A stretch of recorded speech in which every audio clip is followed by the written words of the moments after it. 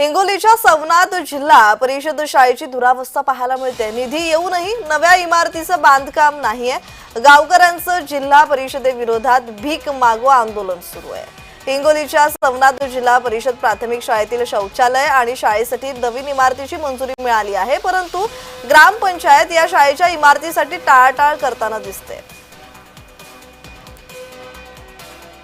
25 मे 2025 रोजी जिल्हा परिषद प्रशालेमध्ये नवीन इमारती संदर्भात तसेच जिल्हा परिषद प्राथमिक शाळेमध्ये मंजूर झालेल्या निधीचं शौचालय ग्रामपंचायत ग्रामसेवकांनी बांधकाम करण्याच्या संदर्भात गावामध्ये आम्ही कायदेशीर संविधानिक व लोकशाही पद्धतीने प्रशासनास निवेदन देऊन भीक मागवा आंदोलन केले।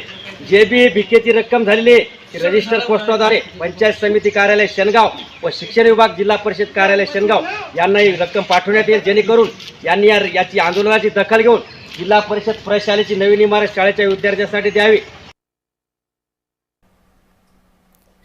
दरम्यान आपण पाहतोय निधी मंजूर झालाय, मात्र कामाला सुरुवात झालेली नाहीये। हिंगोलीतली ही दृश्य जिथं जिल्हा परिषद शाळेची दुरावस्था झालेली पाहायला मिळते। सवनात जिल्हा परिषद शाळेची दुरावस्था झाली आणि आता त्या विरोधात भीक मागवा आंदोलन करण्यात आलंय।